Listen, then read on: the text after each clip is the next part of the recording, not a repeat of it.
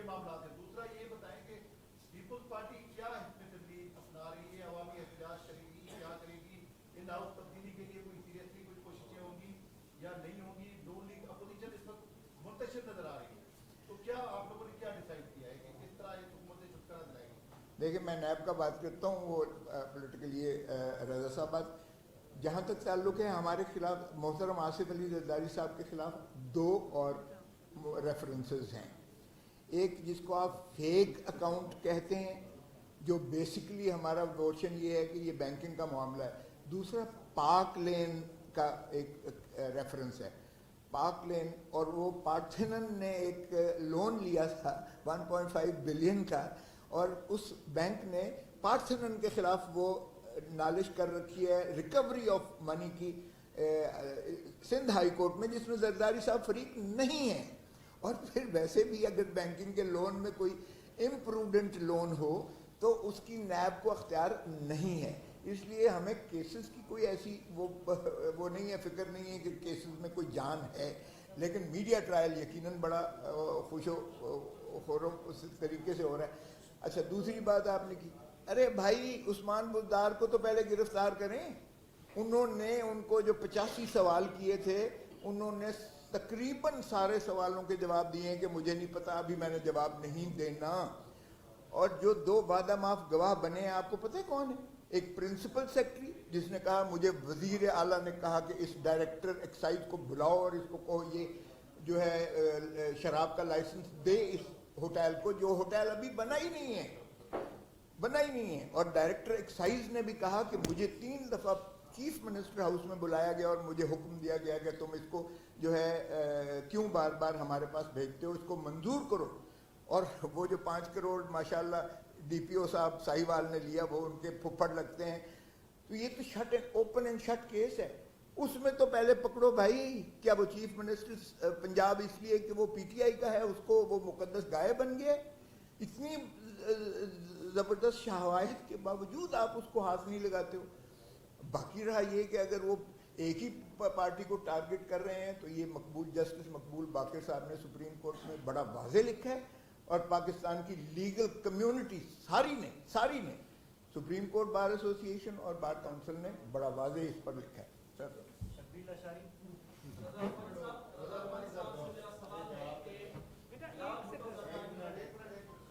نہیں وہ آپ نے پولیٹیکل سوال کیا ہے, اس کا بھی لے لیں جواب. جی آپ بھی پوچھ لیں نا.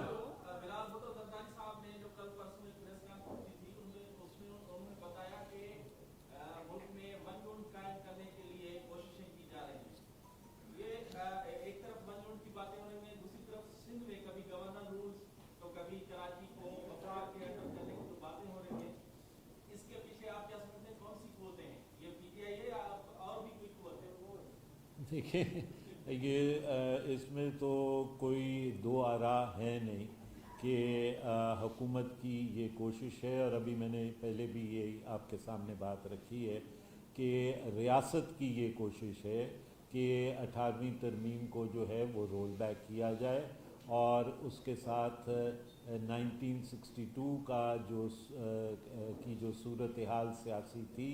اس کو دوبارہ سامنے لایا جائے. اور پاکستان پیپلز پارٹی نے پہلے بھی اس کا مقابلہ کیا ہے, پاکستان پیپلز پارٹی اب بھی اس کا مقابلہ کرے گی. نہ 18ویں ترمیم پہ ہم سمجھوتا کریں گے, نہ 1 یونٹ کے اوپر ہم سمجھوتا کرنے کے لیے تیار ہیں.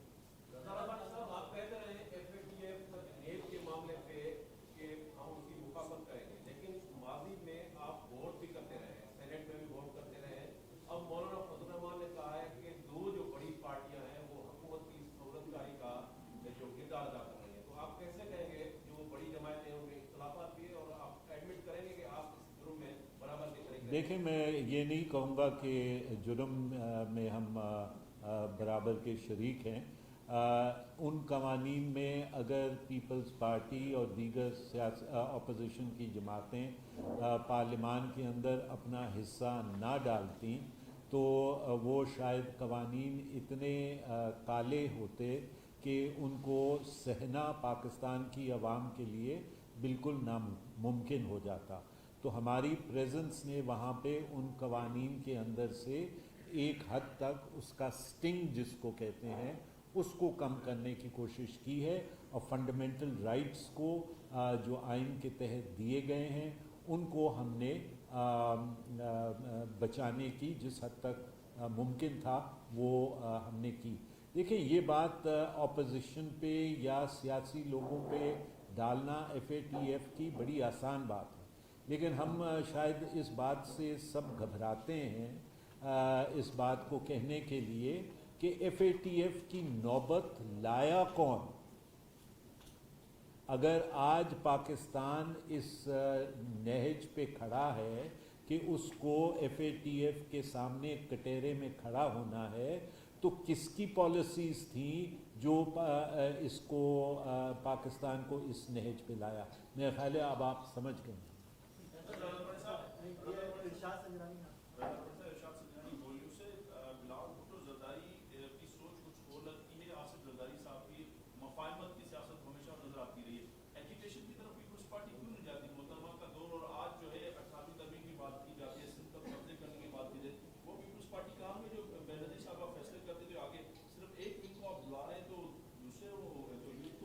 دیکھیں میں پہلی بات میں یہ بالکل کلیئر کر دوں کہ زرداری صاحب یا صدر صاحب کی سوچ میں اور بلاول بھٹو صاحب کی سوچ میں کوئی فرق نہیں ہے۔ پارٹی کی یکساں سوچ ہے اور پارٹی کی لیڈرشپ اور پارٹی کا رینک اینڈ فائل جو ہے وہ یونائٹڈ ہے، پہلی بات۔ دوسری بات یہ کہ حالات جو اس وقت ملک کے اندر موجود ہیں وہ بالکل مختلف ہیں جو آج سے 10 یا 12 یا 15 سال پہلے تھے، لہٰذا ان حالات کو مد نظر رکھتے ہوئے پاکستان پیپلز پارٹی اپنی حکمت عملی بنا رہی ہے۔ ایک بات بڑی واضح ہے کہ پاکستان پیپلز پارٹی کے جو بنیادی اصول ہیں ان اصولوں پہ پیپلز پارٹی کسی بھی صورت میں سودے بازی کرنے کے لیے تیار نہیں ہے، یہ ہماری تاریخ رہی۔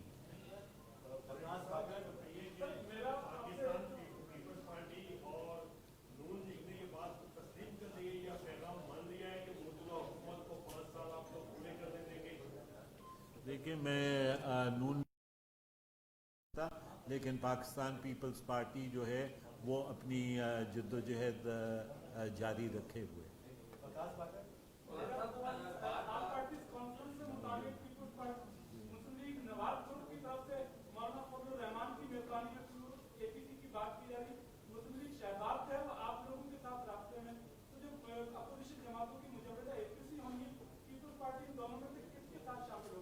دیکھیں ابھی تک تو ہمارے سامنے ایک ہی مسلم لیگ نواز ہے، یہ اشتراک حکومتی جانب سے شروع کی گئی ہے اور وہ یہ چاہتے ہیں کہ مختلف جماعتوں کو سپلنٹر کیا جائے تاکہ ڈیموکریٹک اور پولیٹیکل فورسز کو کمزور کیا جائے۔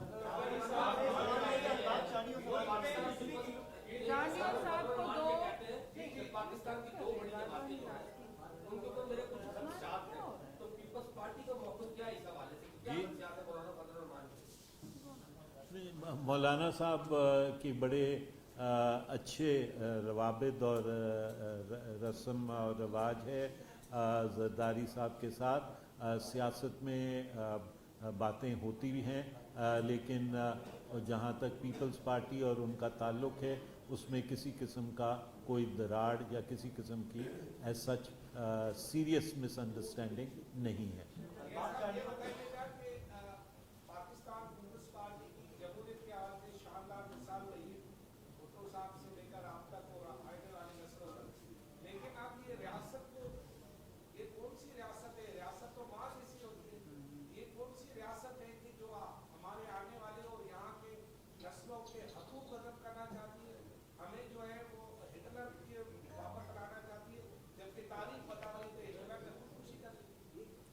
دیکھیں یہ تو اب آپ